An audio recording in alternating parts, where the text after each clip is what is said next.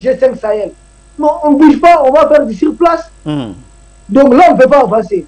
Donc c'est pourquoi je dis que le Mali a bien fait de se retirer. Maintenant, est-ce que le G5 est opérationnel sans le Mali? Quel avenir pour le G5 sans le Mali? Moi, je confronte des questions pour vous aider à bien comprendre. Mais aussi, quel est l'avenir du Mali sans le G5 Sahel? Quel avenir du G5 Sahel sans le Mali? Le G5 Sahel n'a tout simplement plus d'avenir. Parce que sans le Mali, ce n'est plus le G5 Sahel, ce n'est pas le G4 Sahel comme les médias Messou Moya allaient dire, c'est le G3 Sahel. Parce que sans le Mali, la Mauritanie n'a pas accès au Niger. La Mauritanie n'a aucun moyen de contourner le Mali, vu la superficie du Mali qui fait plus, c'est un pays de plus d'1 241 000 km². Sans le Mali, la Mauritanie ne peut pas manœuvrer pour avoir accès au Burkina ou au Niger ou même au Tchad. Sans le Mali, il n'y a pas de G5 Sahel puisque le principal théâtre d'opération du G5 Sahel même était censé être le Mali, notamment dans la région de Mopti. Or, le Mali ne veut plus du G5 Sahel, le Mali ne veut même plus de Barkhane. Le Mali même est en train d'opérer. Où est-ce que le G5 Sahel va opérer? Si nous savons que la rébellion au Tchad n'est pas la même rébellion que nous connaissons au Sahel. Au Tchad, vous avez une rébellion politico-militaire, c'est-à-dire quoi? Une rébellion qui veut accéder au pouvoir, une rébellion qui veut habiter, qui veut contrôler le palais présidentiel au niveau de Djamena. Ce n'est pas la même chose que nous avons ici. Ici, nous avons des terroristes. Donc, nous n'avons pas la même coloration de groupes rebelles. Donc, ce qui fait qu'on n'a pas forcément les mêmes combats. Donc, comment rester dedans? Qui a fait le Tchad dedans? Si ce n'est sur ordre de Paris, je me demande si le Tchad peut même dans le G5 Sahel. Merci. Merci Issa Diawara. Jonathan Batengini, alors quelle lecture vous faites de cette décision finalement qui monte d'un cran avec le retrait de 1400 soldats maliens appartenant aux 5000 du G5 Sahel finalement? Ce retrait n'est que cohérent. Issa disait que ça tombe à point nommé. Tout à fait, ça tombe à point nommé.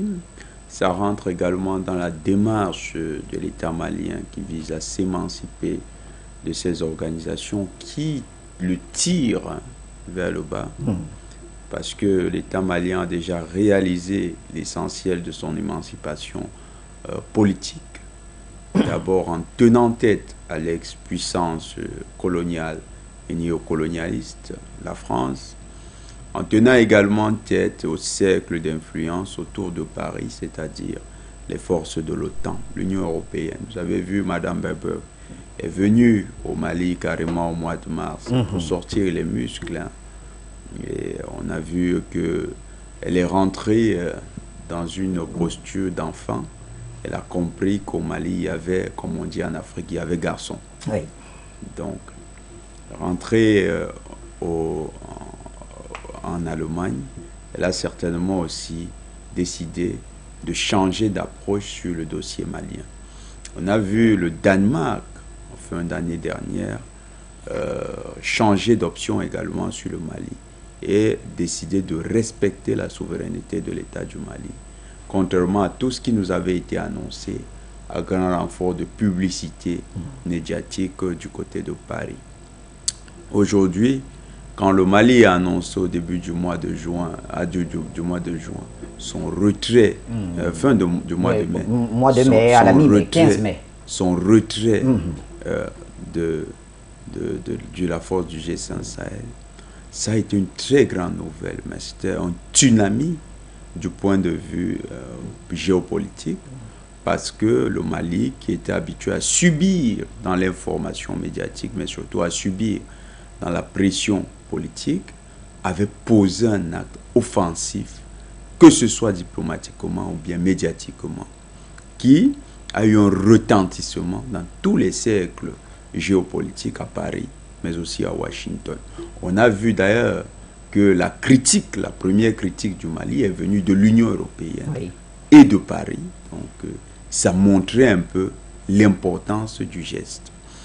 Le Tchad, qui, dans sa posture, a voulu jouer de son entre-gens pour aller convaincre le Mali de ne pas quitter cette force, et a connu un échec parce que, non pas le Tchad en tant que pays africain intrinsèquement, mais en tant que larbin de l'Occident, ne pouvait plus proposer quelque chose de crédible.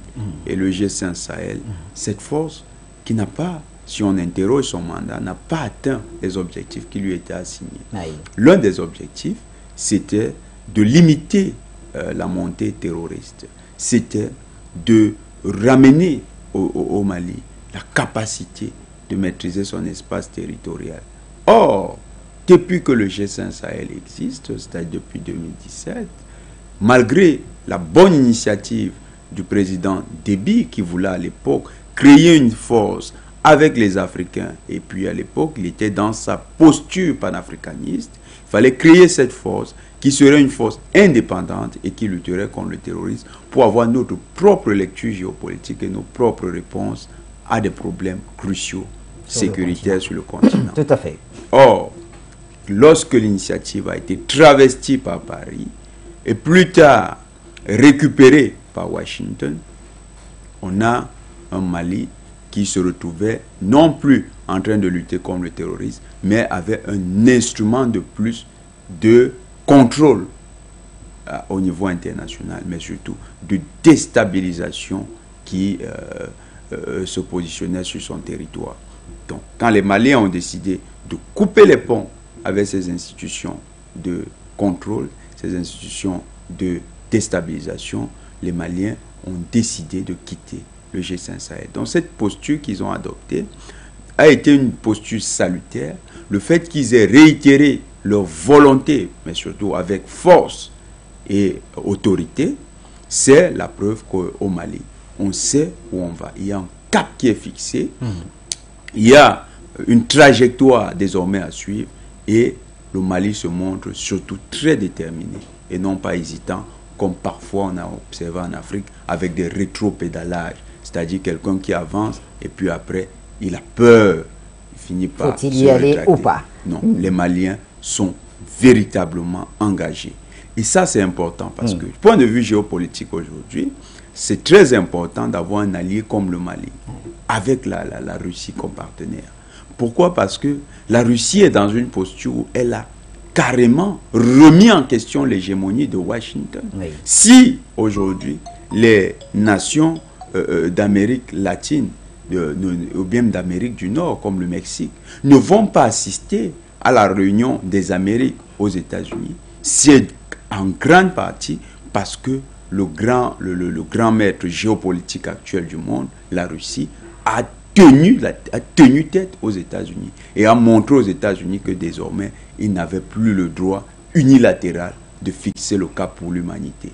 Donc, ces autres pays qui ont choisi également de suivre la Russie voient qu'en Afrique, il n'y a pas que des larbins, il n'y a pas que aussi, comment dire, des personnes, ces genres de personnes, c'est des froussards. Il n'y a pas que des froussards. Il y a aussi des hommes qui sont dignes, des hommes qui sont capables de tenir tête et d'assumer leur choix sur le plan international. Le Mali a carrément proposé le meilleur schéma sur le cas de l'Afrique. On voit malheureusement beaucoup de pays africains qui veulent faire malin, c'est-à-dire un jour ils sont avec la Russie, un autre jour ils veulent être avec l'Occident. Les Maliens, quant à eux, ils ont clairement défini leur partenariat. Ils sont sûrs avec les Russes.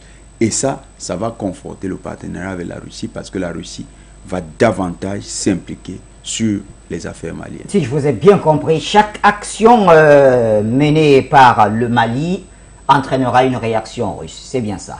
Tout à fait. Merci Jonathan Batengeni. On retourne vers le général Issa Diawara. Général Diawara, alors pendant ce temps, on affiche le numéro, je vois des petites réactions ici. On va afficher le numéro pour nos téléspectateurs, ils pourront y réagir. Et Issa Diawara, qu'est-ce qui n'a pas marché? Pourquoi la médiation tchadienne pour essayer de maintenir le Mali dans le G5 Sahel n'a pas abouti?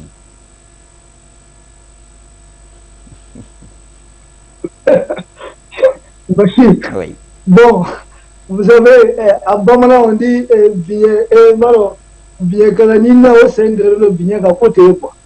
celui qui cherche les guides là, et qu'il a celui qui cherche les guides, oui, et qui a lui-même les pieds sur les guides. Comment vous voulez qu'on retrouve les guides?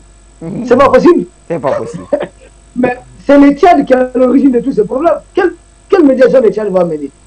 C'est parce que le Tchad refuse de céder au Mali la présidence. Mais attends, Issa, nous connaissons la même situation que le Tchad, oui. Issa, mais des sources affirment que c'est pourtant le président du Niger qui s'y oppose. Attends, le Tchad, là, c'est une préfecture du Niger? Ou bien le président du Tchad, c'est un vassal au président du Niger? Pour que le président du Niger lui intime l'ordre de violer un texte sous-régional et que lui, il accepte cela. Mais je ne comprends pas.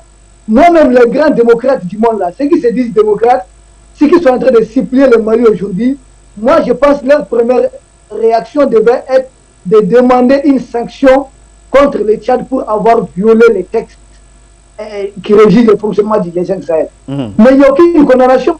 Personne n'a condamné le Tchad. Comprenez ce qui se passe. Personne n'a condamné les juniors dans ce qui se passe. Et c'est sur le Mali qu'on crie Haro. Mais ça ne passe pas comme ça. Le président du Niger, mais comment le président du Niger peut intimer l'ordre, lui qui ne respecte pas les textes, qui ne respecte pas la constitution de son pays, mais il ne respecte aucune loi de son pays. Issa, selon les informations que nous avons, l'opposition du Niger s'est fait en raison du contexte politique malien, c'est-à-dire, je cite, ce ne sont pas mes mots, une transition depuis le coup d'État militaire d'août 2020 et des négociations toujours en cours avec la CEDEAO pour un retour à l'ordre constitutionnel. Alors, le Mali ne voudrait pas mettre fin à la transition et essaye de faire le bras de fer avec la CEDEAO quant à la fixation d'une date. Le Tchad n'est pas dans une transition. C'est la question que je pose aussi aux Nigériens. Oui. Le Tchad n'est pas dans une transition. Mais la transition malienne vaut mieux que la transition tchadienne. Parce que la transition malienne est acceptée par le peuple malien. Oui. Contrairement à la transition tchadienne qui est acceptée par la France et imposée au peuple tchadien. Ce n'est pas la même chose. Mais comment vous pouvez arracher quelque chose des mains du peuple malien, puisque la transition malienne est portée par le peuple qui accepte aujourd'hui cet embargo infligé, bien sûr, par le Niger et d'autres pays de la CEDEAO. Mais le peuple malien est en train de porter sa transition. Contrairement au Niger, où vous avez des manifestants qui sont arrêtés, des gens qui sont réprimés, tout simplement parce qu'ils ne veulent pas de cette transition qui répond en réalité à une dynastie. Mais là, ça ne passe pas. De l'autre côté, vous avez un dirigeant qui, au service d'une puissance extraordinaire, la France, est en train de massacrer, d'enfermer des jeunes tchadiens. Contrairement ici au Mali, vous avez des jeunes qui manifestent librement contre la France. Donc le Mali est combattu tout simplement parce que le Mali combat en tout cas la colonisation française et l'impérialisme français. C'est la raison pour laquelle on prouve le Mali d'un outil comme le G5 Sahel. Oui. On ne veut pas que le Mali ait le commandement du G5 Sahel avec les vérités souverainistes du Mali aujourd'hui. Le Mali va non seulement libérer le Mali, je vous assure, si le Mali contrôle militairement le G5 Sahel, le Burkina même sera à l'abri de ce qui se passe. Aujourd'hui, les terroristes n'osent plus s'attaquer au camp militaire du Mali. Ils sont en train de s'attaquer aux villages, aux innocents, aux civils. Tout simplement parce que les camps maintenant là sont suffisamment forts. On a les armes nécessaires. Mais un pays de notre taille, on ne peut pas être présent dans tous les villages. Ça n'existe pas nulle part dans le monde. Non seulement ils n'ont pas sanctionné les Tchad, mais moi je vois le massacre qui vient de se passer là. Oui. Et moi j'attends la commission des droits de l'homme. Puisqu'ils nous ont incriminés quand nous avons tué des terroristes. Ils ont dit qu'on a fait tuer des hommes. Donc si les terroristes sont des hommes, maintenant des civils, désarmés, des gens paisibles dans leur foyer qui ont été abattus à bout portant. Qu'est-ce que l'ONU? Moi j'attends toujours un communiqué de l'ONU, j'attends toujours un communiqué de la CEDEAO, j'attends un communiqué de l'Union africaine, j'attends un communiqué de l'UEMOA pour condamner les massacres des civils qui viennent de se passer, qui viennent d'être perpétrés par des civils, par des terroristes, qui, quand le Mali les tue, quand le Mali les neutralise, on parle de massacre des civils. C'est ce que moi je ne comprends pas, quoi. Donc nous attendons toujours ce communiqué. Ce qui s'est passé au sein du G5 Sahel, nous attendons toujours qu'on condamne le Tchad pour avoir violé les textes. Si c'est le Niger qui l'a dit, nous attendons un communiqué pour qu'on condamne, pour qu'on sanctionne le Niger pour ingérence, pour violation des textes, en tout cas d'une organisation sous-régionale. Nous attendons cela. Nous attendons un communiqué qui doit sanctionner le Niger et une résolution qui doit peut-être sanctionner directement Bazoum pour avoir poussé un pays, une puissance militaire de la taille du Mali, à se retirer d'une organisation sous-régionale qui était censée déloger les terroristes de la sous-région. Ce qui veut dire que Bazoum a carrément fait le jeu des terroristes en privant le Mali de cet outil et à M. Déby carrément d'accepter que peut-être de mettre en attendant l'élection le Tchad, en tout cas sous la coupe du Niger, faire peut-être un État fédéral et que Bazoum sera le chef d'État de ces deux États. Comme ça, nous pouvons parler peut-être d'autres choses. Merci. Merci Aïssa Diawara. En tout cas, on espère qu'on n'en arrivera pas là. Allons donc donner la parole à nos appelants. Alors, il y en a 3 en poste. Jimmy Dakousou, Delphin, Lamine Diop. Alors, on va commencer par le tout nouveau, Jimmy Dakousou. Jimmy, bonsoir. Bonsoir Bachir, comment vous allez? Je ne suis pas un nouveau, ça fait un bon bout de temps que je vous suis. Ah oui. Il pleut en orange ici, il se peut que vous ne m'écoutez pas. Non, on vous reçoit bien. Donc je suis vraiment content qu'aujourd'hui ça passe parce que ça fait un bon bout de temps que je vous cherchais. Je vous ai eu, ça a coupé. Maintenant le réseau est super bien. Félicitations les anciens aboyeurs. Merci. Excusez-moi si vous vous souvenez. Oui. Et je voulais juste remercier et appeler encore Jean Dédié ici. Pourquoi est-ce qu'il a disparu? Alors, concernant le sujet du Bachir, oui. Pourquoi vous seriez quand il s'agit du Tchad? Parce qu'on connaît tout ce qui se passe actuellement. Le Tchad n'est plus le Tchad. Oui. On est d'accord. Oui. L'actuel gouvernement là est vraiment sous l'égide de la France. Et on sait dans quel drap on est. Il n'y a que Dieu qui peut nous sauver. C'est un jeune homme qui veut faire quelque chose, mais malheureusement, il a les mains liées. Déjà lui-même, sa protection est assurée par la France. Et vous n'avez aucune idée de ce qui se passe maintenant à Doha. C'est vraiment du n'importe quoi. Que l'avenir nous réserve de bonnes choses. Et je vous remercie les gars et courage. Je ne veux pas rester longtemps. Je veux vraiment en profiter. Il y a une très belle journée aujourd'hui. Je suis couché, ça fait plus que 10 ans. Et je vous suis depuis le début d'Afrique Média. Demandez à Pierre Etoundi, il est venu me visiter à la maison. Aïe. Donc courage les gars, on est derrière vous. Merci infiniment, merci cher Jimmy Dakousou. Rassurez-vous, en tout cas, nous vous souhaitons un très prompt rétablissement. Beaucoup de courage à vous. Et juste à la question de savoir, Jean de Dieu ici, j'y réponds rapidement. Jean de Dieu ici, il est proviseur d'un lycée au Cameroun et donc c'est des périodes d'examen et il a pris un petit congé sabbatique pour s'intéresser à tout cela. Il vous reviendra d'ailleurs dès les 2 prochaines semaines. Merci. Jean Sarpono, bonsoir, vous nous appelez des États-Unis. Si, bonsoir pour la promptitude de vos émissions. Merci. Et la précision que vous apportez aux peuples africains. Merci infiniment. Soyez bénis. Amen. Que la lumière divine soit avec vous. Amen. Et vos invités, chaque fois qu'ils viennent, qu'ils reçoivent de l'Esprit divin pour communiquer au peuple de Dieu. Oui, nous sommes le peuple de Dieu en Afrique. Et nous sommes menacés par Lucifer. Alors, d'abord, je m'incline. Et avec tous nos compatriotes, nous nous inclinons devant la mémoire des victimes que ces éléments français ont encore donné à la douleur, apporté à la douleur des peuples africains paisibles. Oui, Diawara a raison. Il attend la communauté internationale, la CEDEAO, pour condamner. Ils ne condamneront jamais cela. Parce que ce n'est pas... Leur politique ne concerne pas les humains. Leur politique concerne l'argent, comment soutenir le maître, Lucifer, la France. Et ses alliés, les Américains. Bon, Bachir, ce que nous devons dire au Tchad et autres, c'est d'être courageux et de chasser la France. Généraux tchadiens, je vous interpelle encore. Nous ne pouvons plus rester sous la domination française à cause de vos petits intérêts éphémères. Nous faisons face à une résistance et que nous allons remporter. Alors, vous qui êtes devant, vous n'êtes pas là pour vous-même. Chassez la France du Tchad. Dégagez tout étranger dans nos affaires africaines. Je dis bien, dégagez tout étranger nuisible. La France et ses alliés, les Américains, les soi-disant Américains, les Occidentaux, dégagez-les de nos affaires africaines. Bachir, c'est énervant que nos dirigeants, les gens qui sont devant et qui reçoivent l'onction divine pour protéger les autres, jouent au jeu de Lucifer pour détruire les humains. Ils doivent être courageux, soit ils dégagent, ou bien nous savons qu'ils travaillent pour le mal qu'est la France. Qu'est-ce que la France continue de chercher en Afrique? Bachir, dites-moi, je ne comprends pas. Qu'est-ce que la France cherche en Afrique? C'est son continent.